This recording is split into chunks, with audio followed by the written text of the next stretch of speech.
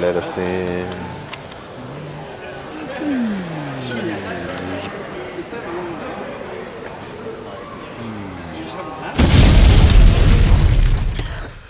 Okay, look at this lovely, beautiful bunch of people.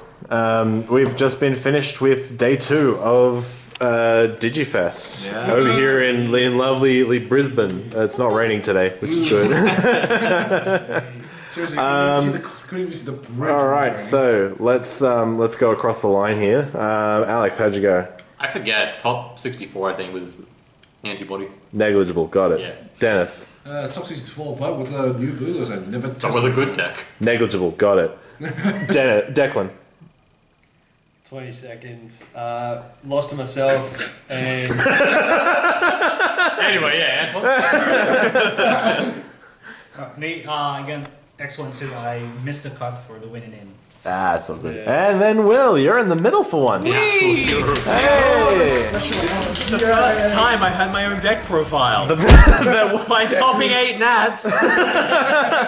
Oh, sorry, man. Finally beat you at something. All right, well, how do we do it? What do we do, man? Yeah, top 8. Choked it up in the 8th round. Oh, in the top 8 cut. Could have done a little bit better, but loop is hard. So, Demi Meramon, we have 4 because you want your stuff to die. So you play the one that wants your stuff to die. Pretty much the best egg there is. Yeah. Yeah, you don't play Cinnamon anymore because your stuff just isn't gonna survive. Yeah. Assumedly. Against blue, anything's gonna happen. Pretty much. We have 4 Gabu. Gabu is just the best rookie. You want to see this as much as possible game 1 and probably game 2. Make your eyes want to draw 6. Yeah, this with Scatter and Demi just means you're going into this draw 3, discard 4. It is stupid for starting the game. Oh, crush you. But even without that, it's just a good card for anything. If you have to put like an eyes on it or a kink, it's still drawing 2, discarding 1. So it's just really good for getting you a playable hand, which came up a lot. Yeah. Actually, I came fourth, by the way, in the side event with pretty much the exact same deck. yeah. We want to talk about the man. Fuck, man. Do you want to talk about how we were watching you misplay the fuck out of your last game? Excuse me, my last game was perfectly fine. Anyway, back to Will's deck profile. Yeah, Will's deck That's the profile. purpose of this video. We're here for Will. We love you, Will. 2 Ghazi because everything in this meta gains memory, blue especially. So you just want to have those in there for the odd case. Alekmon, because everything in this meta gains memory, everyone is playing their Ghazimon equivalent, so you have to kill their Ghazimon. So I played one of that, and I played a Labra instead of the second Alekmon. Don't do that. Labramon did not come up once this weekend. I went into Zwart maybe once or twice the entire event, and this did not need to be summoned either time, so just play the second Alekmon. Don't play anymore. No. It's not older. You can't it- play it like the same way. It has won me games. This has won me games, but it was a locals. And I've won one of those. Yeah, so As would I. it like Store championship here. Where's my deck profile? That was a winner. 23 nowhere. yeah. In theory, it's really good if you can bring back a promote stack. Spoiler: we're playing promote stack, and it, discard. So it makes Zwart cost 4, which it actually costs 0 if you use win rate with Lilith, but. It just, it's so rare to Zwart in this meta because everyone is playing blue and Zwart is just terrible into blue. So, onto the 4s, we have 4 Scatter Mode. Ooh. It is not a surprise that I am playing this card. You should be playing this at no less than 4. This card is good, along with its counterpart. Drawing 3, discarding 2 for 4 is nutty. So, just do that. Now, what people don't really see is this card has jamming written on it. I had a game in... It's I know that for a fact. This card's an echolocator. It's, I found a Tommy. Oh, I found some. I had a game in day 1 against, I think it was Christopher Rees, and I swung with I had 2 Scatter Mode stacks. I swung with them a combined total of 5 times with 3 Eismon in my hand, and they didn't die once, and it nearly cost me the game. And that was against Cherubi, which has more than enough things to make sure that this dies. But Oh, yeah. it's fine. We won. I'm not mad. He's a little mad. I'm a little mad. Man, I think I aged during that game because I kept surviving. you see, he was 18 when he came here. Now he's pretty. Obviously, the Eismon. Eismon, just you play 4 of this while you can. Yeah. The card is nutty. ES one. It's actually surprisingly bad into a format where you play nothing but blue because they'll just bounce it with Beowulf a lot of the time. But it's good against every other deck, and it turns into a Cerberus most of the time. So it's a good card. You know, it's getting banned. It's getting limited. Next we have Might as well be banned. promote. I'll just put these up here. Yep, We play the promote package. a small promote package. Kinkaku, phenomenal card. Multiple games were won today or yesterday because I would just have one of these in raising with like a werewolf or something on top or a Cerberus and would just move it out against blue. Blue, when they play correctly against Loop, is very much about like the early chip damage, just forcing you to like have to commit early before they would just be able to rush you out of the game.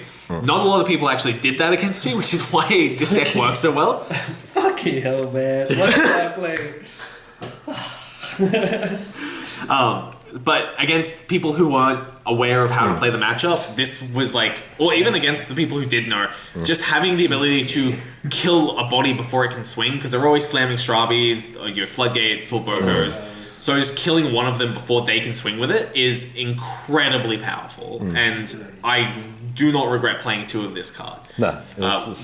Yeah, it won me multiple games on its own. Like, I would immediately go like your rookie into a werewolf, and the werewolf would stay on the field the entire game and get like 2 or 3 discards off the king because they just didn't strip it for some reason.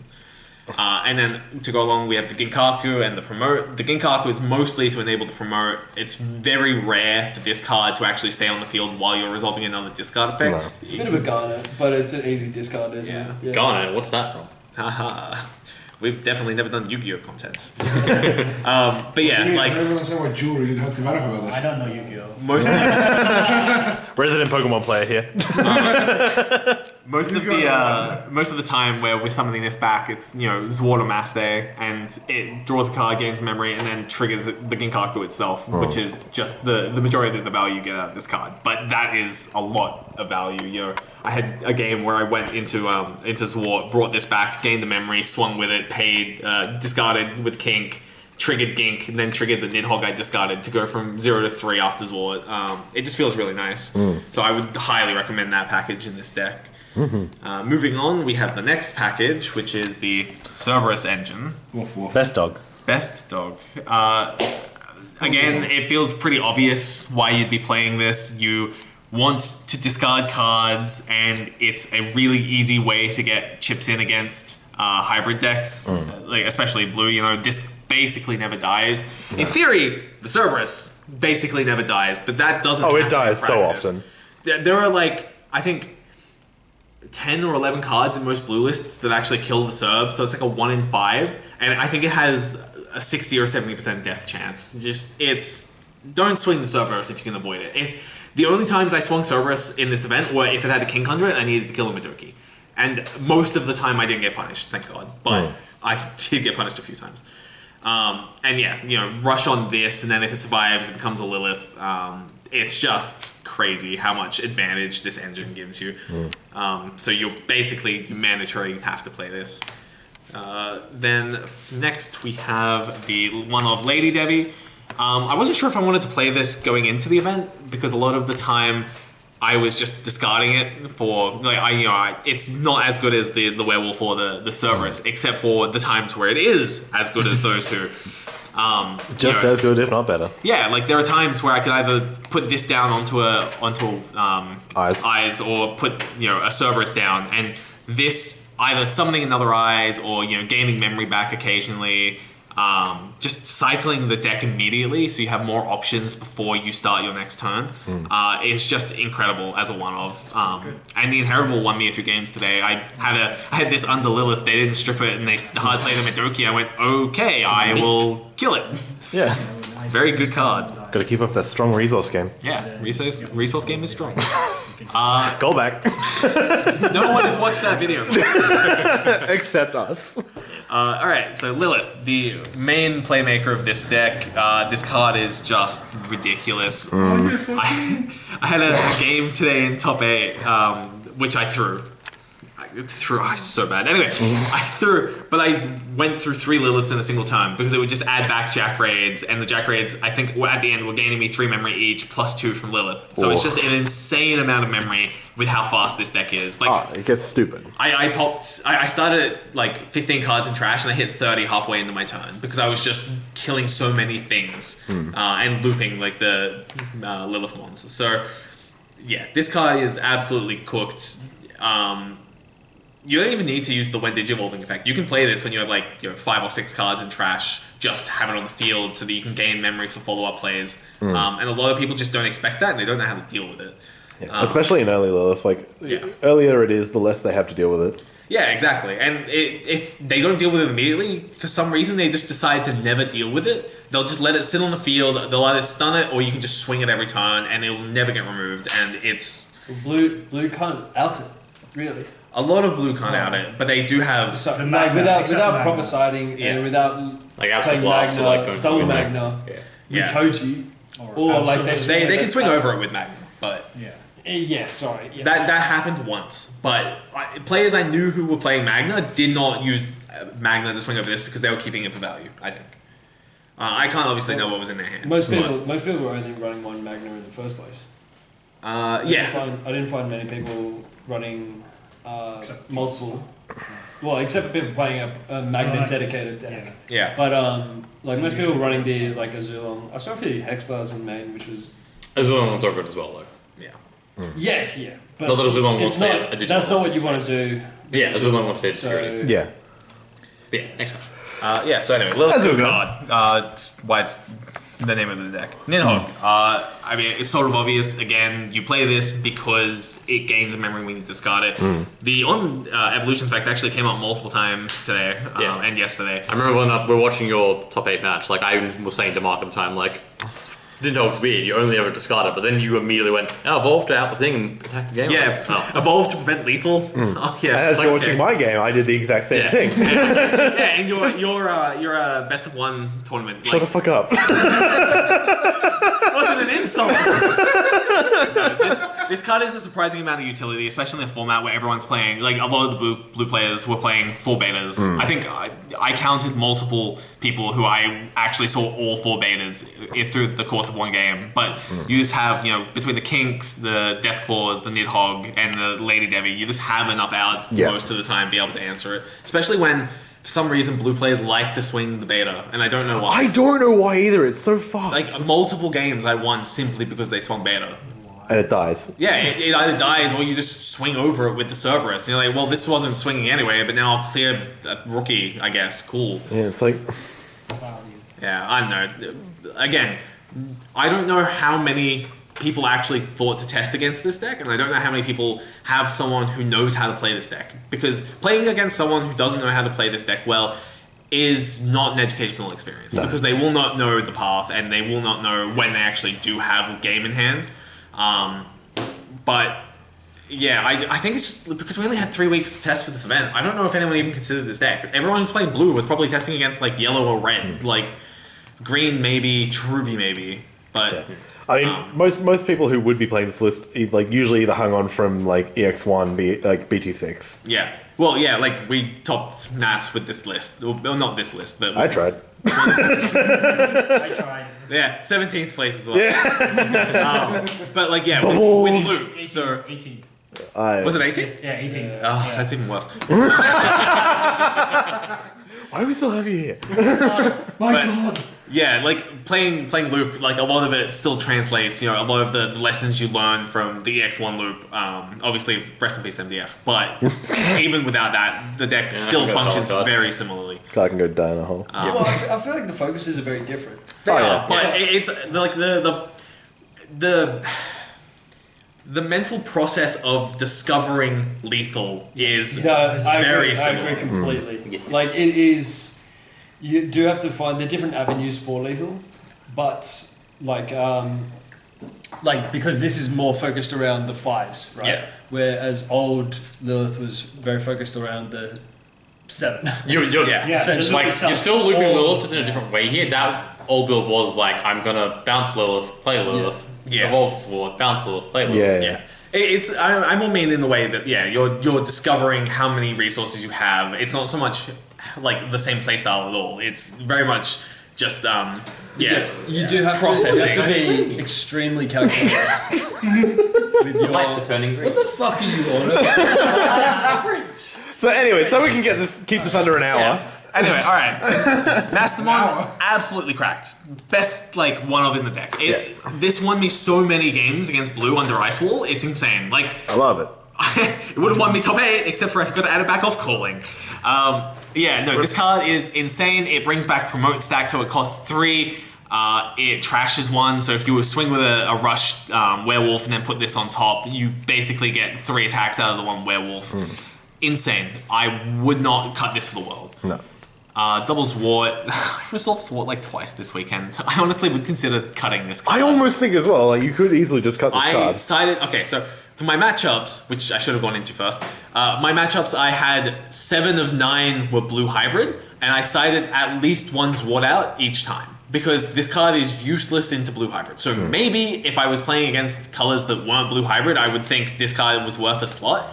In a very specifically blue hybrid heavy format, do not play this card if you need something to cut. I think you could easily cut 1, if not 2 Zwarts. You draw enough cards, you'll see the 1 Zwart often enough anyway. And I was discarding Zwart basically every time I saw it in the first 5 turns. Because every other card was more important than this one. But when it did come up, it let me loop 20, 30 turns. Oh, it's crazy, yeah. 20, 30 actions. So it can be good. It just wasn't basically all weekend. So Just speaking of how prevalent blue hybrid was, of the 6 of us, we played against 23 blue hybrids in total. yeah, of the 5 of us, we played against 21. 22, yeah, because some 22. psycho played against 1. I know that's one. Yeah, It was him. It was 10. Think of that.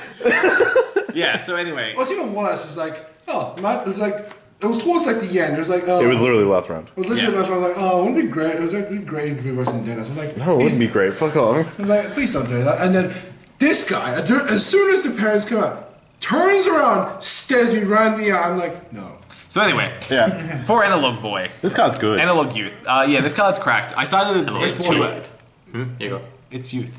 It I know, says on the I'm card. just saying funny things. Okay. The child. You're not funny. So anyway, the child. So anyway, I'm listening. This card, is cracked. I had a bunch of them hit in security because you play so many, it's just likely to happen. It feels great every time. It fills up trash. It gives you whatever you're missing. And it triggers and gives you a memory and an egg every time you pop a Cerberus with something under it. If I didn't play so much blue hybrid, this card would have felt even better. But against blue hybrid, this very rarely actually gives you the memory. So I would side 2 of these out oftentimes against blue just because I would prefer to play rookies instead. I only play 8 rookies, as you guys would have seen before. Wow. So putting in 10 or 11 rookies against blue was pretty important, and this card was just the easiest thing to cut because Along with Zwart. along with the Zwart, because it's just not as effective into the blue hybrid.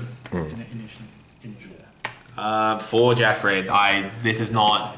This is not controversial. negotiable. Yeah, if you're playing Lilith-Loop, you need 4 Jack. You put less- You could get away with 3. I played 3 last format. Probably a mistake. Probably should have just played 4. You played 4. What did I? You came. Was I not playing with it? I had one. The blue memory, the yes, purple memory it was the boost. memory boost. I played 2 memory boosts last format. You played 1, and you played the 4 Jack Raid. And You're like, probably I really correct. like You the came Jack third. Raid. Ha ha ha! You have big dick. Well, look who's top now. You said it, not me, right? Professionalism. I would know. Anyway, 3 Deathclaw. In a format where the best deck in the format plays 4 cards that say you cannot gain memory, this is not optional. I would consider 4. No, honestly. Because every time I saw this card, I was like, oh, thank God I have a Deathclaw. It's effectively 0 cost, if not even gaining memory sometimes as well, Yeah. most time anyway. It's like, Or it's like, oh, pop the scanner that didn't die and Yeah. summon 2 Eismon as well. yeah, it's like there's never a bad time to play this card. No. Against jamming, right? right? Yeah. Yeah, again, on the jamming scale. Know your rulings. You don't have to have something on board. Yeah. This card says you may. That won me a game in top 16. I saw you did it. It's fucking great. I in top 16, I played Deathclaw, didn't resolve its effect because it's optional, to gain 2 memory from the only card I have on the field, which is Lilith, and then played a second Deathclaw to kill the Lilith, to deny him lethal, and then used the memory that I gained to do something. Cool. I don't remember what happened next. But the point is, it won me the game. Yeah. Card is cracked. I'd also like to put for the record, you were the one that actually told Ying to play 3 of this. Yeah, human and everyone in Huang's server, I'll shout that. We'll do it through that, Yeah, everyone was playing 1, and it took a lot of convincing to get them to 2, and eventually they settled on 3, and it makes so much sense. And I think a lot of that was probably because back then, A, no one thought Blue Hybrid was going to be the best deck in the format, and B, it wasn't the beta build either. It wasn't like playing the 4 floodgates, the 4 CR, the 4 beta, which was extremely popular today for obvious reasons. So it was a lot less important, but it was pretty clear that the format was going to shape up with everyone playing 4 Ghazi equivalents. So it sort of was just a mandatory thing that you would have to have put in eventually. And then last purple option is calling from the darkness. Yeah, should have Backmaster Mon. Deja vu. You don't need something on board. Yeah. Oh yeah, you also don't need something on board for this card, which did again come up this weekend. But honestly, if I could give anyone some advice, it would just be make sure that you don't accidentally prevent yourself from using this to add back Lilith. Multiple times I would have 3 Lilith in trash, play this, forget to add back the Lilith, or choose not to add back the Lilith, and be like, man, I've just ended the loop. I am now out of resources. I can't recycle Jack Raids. So it's just something to keep in mind. Just like anytime you play this card, make sure that you have access to a Lilith, because you can start looping stuff. Yeah, take a step back and just, what am I doing? Yeah. If I had done that, I probably would have top 4. Win rate. This card cracked. I was playing 1 originally. I'm still playing 1. I definitely recommend 2. Every time I played this card, it was a lifesaver. Most people put you to 2 just because of going from like a 4 to 5 with your Cerberus. Yeah, they play around either that or Loop or Lilith Or they have, like Madoki, and they're like, okay, I'll put you to 2, so you can't Jack Raid. Yeah, this card is insane a lot of the time. Like, I mean, with Lilith on the board, you play this and yours will cost 2, which is not MDF, but it is pretty damn It's pretty close. Well, how often did you actually use it to go from 4 to 5 compared to a 5 to a 6? Probably 50-50.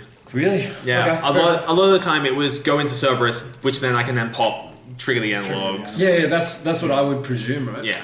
But then again, it was also... This turned into a mass day and it saves 2 instead of 1. It turns into a loop to add back stuff. It, becomes whatever, and you can trigger Nidhogg and gain memory that way.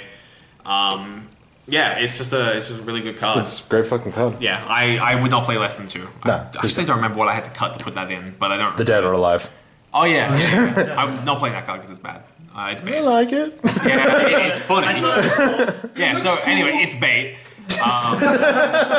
So sighting, we have the rookies. We have 2 Ghazi because we wanted to play 4 if we ever got matched into anything that gained memory. So like the mirror or something. Yeah, mostly the mirror, some Cherubi.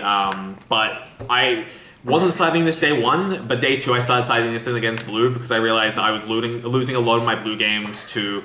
No rookies. No rookies or anything. It was just like I just needed to be able to go like a 3 into a 4 in raising, so I could swing with it before they stun it or bounce it, and not give them like 12 memory by hard playing everything. And the Elecmon again, just swing, kills Ghazi, More kills removal. Beta, or like even just killing a Boko. Like this card is absolutely cracked. Just everything that kills a level 3 in this deck is like really good because those level 3s hit you in the face otherwise, and you don't want that because it's how you lose. And the analogs and those wall easy sides. Basically, 1 Sword and 2 analog would come out for these, and then so day 1 I was sighting both of these in against blue.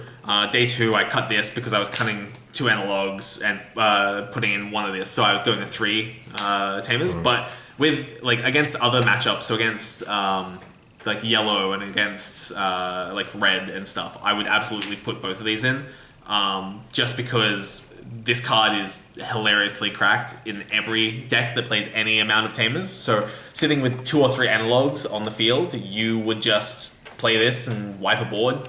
Won me a match against blue, killed like multiple floodgates with it.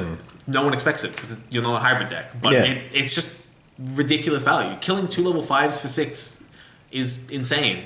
Like, I don't understand. You end up with more than enough youths on board just to make it so worth. Yeah, pretty much. You always have like at least 1 or 2 youth. So if they hit this insecurity, or if you play this because you have no better options, it's at worst the 6 cost that kills one. Like, it's just it's so value. It makes no sense. And then this just turns off Hammer Sparks, which was really effective in Top Cut. That I asked my opponent, and multiple times they would just show me the Hammer Sparks, be like, yeah, but Mimi. So I'd have to have 2 Hammer Sparks to do anything. Yeah. And it just, it comes up. Then we have, for aggressive matchups, so I keep getting my ass handed to me by the ex-antibody player to my right. Hello. And I just got sick of it. Lose. Yeah, I sided. We played one event since I put these in my side, and I sided this in game 2, and it was the first check, and it killed his stack, and I won the game immediately. So this works. And this just replaces Lady Debbie. I was playing more, but I realized I didn't want to cut anything else to side additional copies of this in. I'm just happy if I see it. If I don't, whatever, I have hopefully something like this, or I can just kill them first. It's not impossible to aggro these decks. It's just you need specific hands, and the chance of you having neither this nor an aggro hand, it's pretty low. So, it just helps tip the matchup in your favor a little bit. Then we have the final 2 cards, which, against some aggressive matchups or against like green, these cards are really good. The additional promote, just because having 1 in hand to go on top of an eyes if you need to be just a little bit faster. So like against red hybrid and against like Christmas and stuff, it just gives you that little bit of speed. And the Mastodon, again, cracked. You can just replace a Lilith for it because the Lilith isn't going to do as much in the fast matchups. And yeah, it just enables wins that you would otherwise never be able to pull off. So It's the Ice Wall play around last day. That as well. I think I got Ice Walled 6 times. 3 of it was in Top Cut, and I could have won both times because of Mass Day. That was the event. As we said, it was pretty much 7 hybrid blue matchups, and I versed 1 Imperial, which terrified me. Imperial is a terrible matchup for this because you don't have ways to out it. Side deck let me play Fly Bullet, which is the way to out it. And yellow-based Ruby's yellow matchup. Yeah, and yellow-based Ruby. The rest of it was blue hybrid. Yeah, 7 blue hybrids. It was incredible. But the Fly Bullet against the Imperial, I sided both in and resolved it 3 times in game 3 for the lethal. So it was very good card. Yeah. All right. Coming off the end of this event, obviously we're going to be giving our feedback to Kip and the other staff members about the whole sideboarding thing. But just to add this, what do you guys like? What's the main thoughts to take away from today? I don't like sideboards. The reason that blue is such a good deck is because blue is the one deck in the format that doesn't immediately lose to some amount of cards in the side deck, or has things that can side against pretty much everything as well. Blue has such an array of options when it comes to utility that we had a couple hours of discussions just going over cards where we'd be like, all of these are potentially useful in different matchups. How do we just select the best 10? And even at the end of that, we were like, we didn't pick the best 10. Like, there were better options out there. So, after talking about it for hours, we came up with a suboptimal list of 10 cards that still counted basically everything in the meta. I reckon I probably used about 4 cards in my side deck. Like, by the end of it, just because I went, well, this was a really stupid call. Yeah. And but how it goes. They just have those options that other colors don't. And there was just one event. One game that I did that I put in 2 Mimis and 2 Schwarz and Sards, and my opponent in the first swing was Schwarz, clear this board. Second swing, another Schwarz, clear this board, and that card. Sometimes you can be Anton. But sometimes to me, put in a fly ball and I hit fly balls for away. That is how good Schwartz is. Schwartz can be played in the wrong color and still be good. Hybrid blue here. Yeah. Yeah.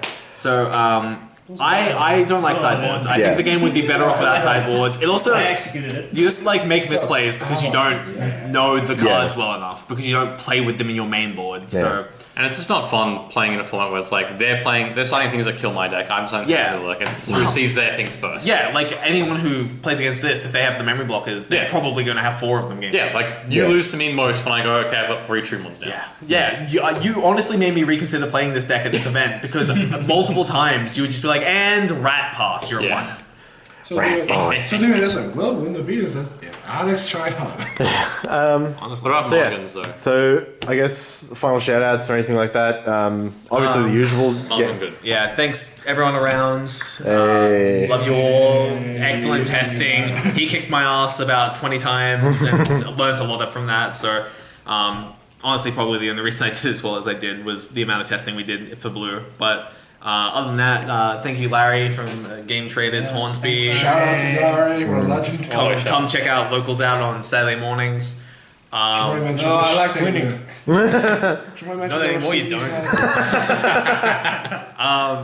Thank you to Huang's Discord and Huang, lovely guy, and Human especially for the theory crafting this deck with me, and congratulations to him for coming third at the Miami Fest, which had like 500 people apparently. Jesus. Didn't realize it was that big. We had like 200 or so? Yeah, 200 people. Yeah. Well, it was like 188 or something. Yeah, it was like 190 or We something. almost made Basically 200 there. But yeah, so I think that's it. Just Josper. Thank you, Josper. You know, we had Brendan, him Josh, and the guys. Yeah. Yeah, Brendan got top cut as well, but I mean, true.